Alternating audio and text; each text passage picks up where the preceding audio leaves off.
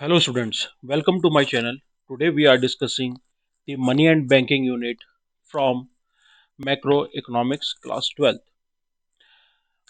This is the sections uh, money and banking which consist of 6 marks. Section 1 is money and section 2 is banking. ये दोनों units 6 marks की हैं। ये unit अकेली 6 marks की है जिसमें दो सेक्शंस में पार्ट्स डिवाइड हुए हैं। सबसे पहला है मनी जो कि बार्टर सिस्टम से स्टार्ट होगा और मनी के इवैल्यूएशन तक जाएगा। वहीं पर बैंकिंग जो है, बैंकिंग में first of all we are discussing the commercial bank and then we move to RBI, the central bank of India. सो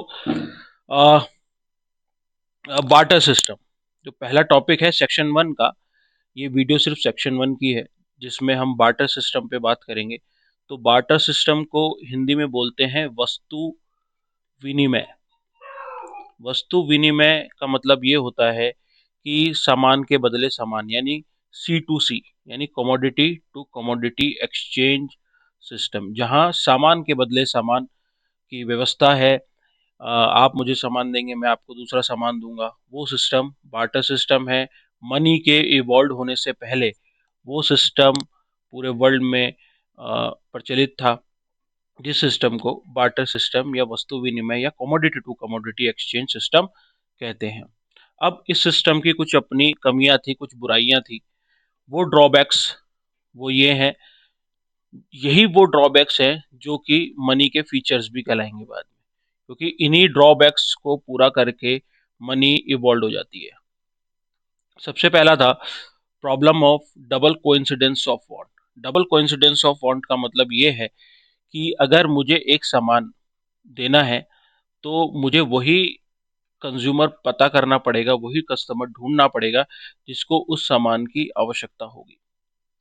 अगर मेरे पास शूज हैं और तो मुझे ऐसा इंसान ढूंढना पड़ेगा जिसको जरूरत हो शूज की।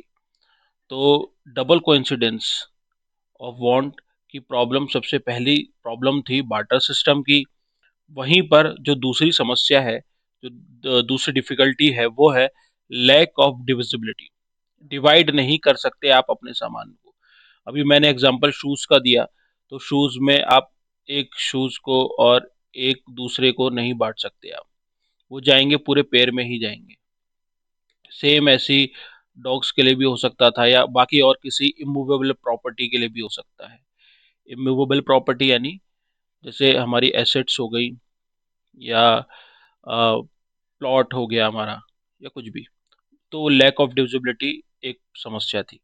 तो दो समस्याएं कौन कौन सी हैं जो अभी डिस्कस करी हैं? वो पहली है problem double coincidence of want, दूसरा है लैक ऑफ डिविजिबिलिटी, तीसरा है डिफिकल्टी ऑफ स्टोर वैल्यू। कुछ सामान ऐसे होते हैं जिनको स्टोर करना आसान नहीं होता, यानी वो पेरिशेबल गुड्स होंगे।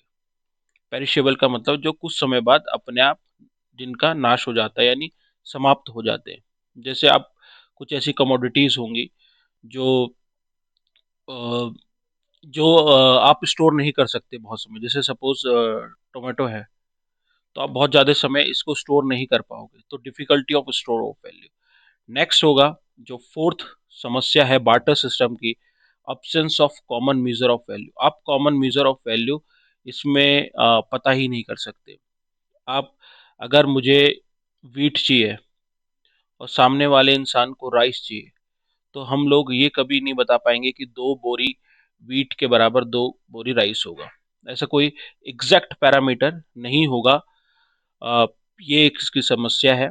और आखिरी समस्या है डेफर्ड पेमेंट की। डेफर्ड पेमेंट का मतलब ये होता है, जहां भी आप डेफर्ड पेमेंट सुनेंगे इसका मतलब होता है फ्यूचर पेमेंट्स। तो फ्यूचर पेमेंट की जो सबसे बड़ी समस्या है वो बार्टर सिस्टम के दौरान फेस की जाती थी। तो 5 समस्याएं जो बार्टर सिस्टम में हमने पढ़ी हैं। पहली समस्या है problem of double coincidence of want, दूसरा है लैक ऑफ डिविजिबिलिटी, तीसरा है difficulty of store of value, चौथा है absence of common measures of value, और लास्ट है फ्यूचर पेमेंट्स के रिगार्डिंग यानी deferred payments. Lack of standard of deferred payment. Deferred payments यानी फ्यूचर पेमेंट्स में आप किस तरीके से पेमेंट्स का को कंसिडर करोगे, कैसे उसको दोगे। इन समस्याओं को पूरा करने के लिए, बार्टर सिस्टम की समस्याओं को पूरा करने के लिए कौन इवॉल्व होता है? मनी इवॉल्व होती है। मनी की नॉर्मल डेफिनेशन क्या है? नॉर्मल डेफिनेशन है as a medium of exchange.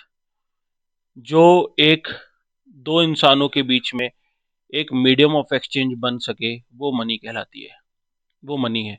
वो गोल्ड भी हो सकता है, वो किसी भी चीज है, तो वो मनी का रूप कहलाएगा। अब जब मनी के हम एग्जाम्पल पढ़ते हैं, तो आपने पुराने जमाने में सुना होगा, मुगल के टाइम पे वहां पर जो कमोडिटी मनी होती है, चाहे वो जानवरों के बदले हो, चाहे वो अनाज के बदले हो, चाहे वो गोल्ड के बदले हो या सिल्वर के बदले में, आपने सुना था कि पहले मुगल टाइम पे सिल्वर के सिक्के चलते थे, तो वो कमोडिटी मनी थी। तो ये मनी का एक टाइप है। नेक्स्ट है फिएट मनी। फिएट मनी आप जहां भी सुनेंगे वहां पे इसका मतलब है गवर्नमेंट से, जिसको गवर्नमेंट बैक करती है, गवर्नमेंट जिसको ऑथराइज करती है, वो फिएट मनी कहलाएगी, जिसको लीगल टेंडर कहा जाता है। कोई भी नोट या कुछ भी करेंसी, चाहे वो कॉइन्स हो, चाहे वो पेपर करेंसी हो, वो फिएट मनी कहलाती है, जिसको गवर्नमेंट बैक करती है। वो कुछ भी हो सकता है, फिएट पेपर भी हो सकता है, कॉइन भी हो सकता है, कुछ भी हो सकता है वो। नेक्स्ट है फिड्यूशियरी मनी।